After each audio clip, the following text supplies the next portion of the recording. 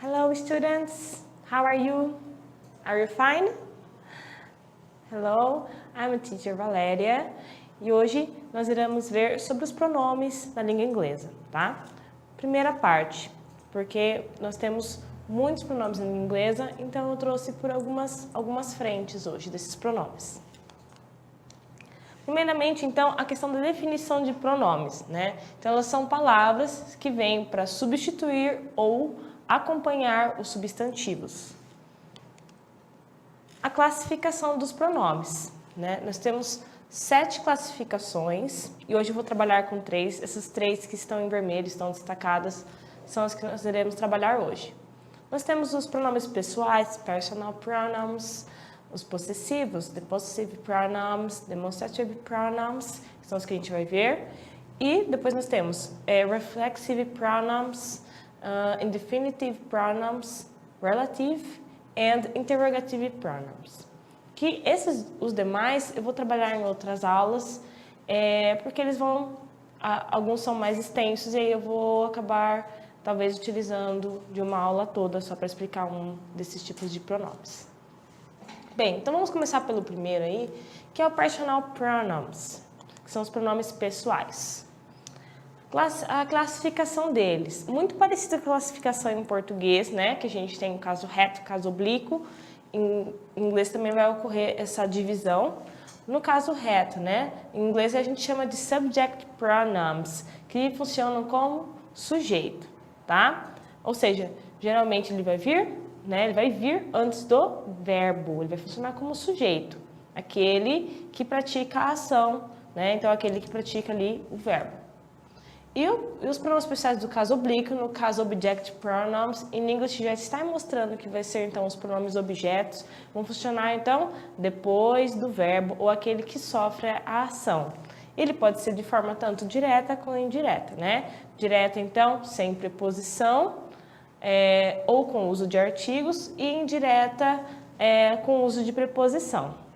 Então, no primeiro momento, né, eu trouxe uma tabela de comparação com subject pronouns e object pronouns. No primeiro momento, então, subject pronouns, né, então seria o pronomes do caso reto. A gente conhece, né, aquelas classificações da língua portuguesa mesmo, né, eu, tu, ele, nós, vós.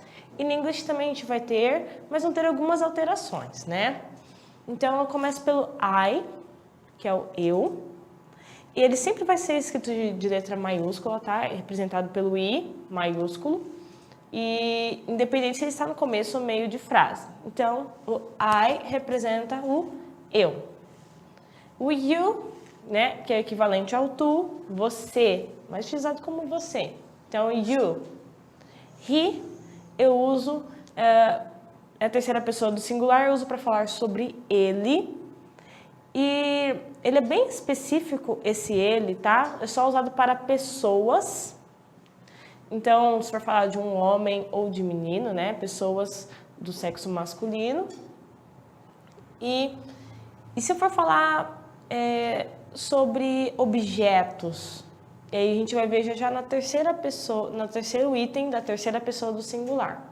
Então, esse he, eu vou delimitar o uso para falar sobre ele, uma terceira pessoa, uma pessoa do sexo masculino. E o she, para falar sobre ela, tá? Então, vou falar de uma menina, de uma mulher, eu uso she. E o it significa ele ou ela, no sentido neutro. Em inglês, os objetos, as coisas, os sentimentos não são definidos por gênero, tá? Então, por exemplo, se eu vou falar sobre televisão. A televisão, em português, a gente define a televisão como algo de gênero feminino. Em inglês, a gente não tem essa definição para objetos, para animais, né? De ter uma definição se é masculino ou feminino. Então, a gente usa essa palavra que é o it, tá? It. Então, ele pode significar tanto ele, ela, isso, tá? Dependendo, então, do objeto. Então, ele entra de uma forma neutra, porque eu só vou usar quando eu não for falar sobre pessoas. Ah, mas a Titia você acabou de comentar então que eu uso para falar de animais. Mas e se eu, vamos supor, eu tenho um cachorrinho, então eu vou usar ele como it, referir-se a ele, ou ler algo referente a ele como it. Nesse caso, quando for assim, algum animal que tem um contato mais pessoal, mais familiar, a gente sabe se o animal, né, se é macho ou se é fêmea.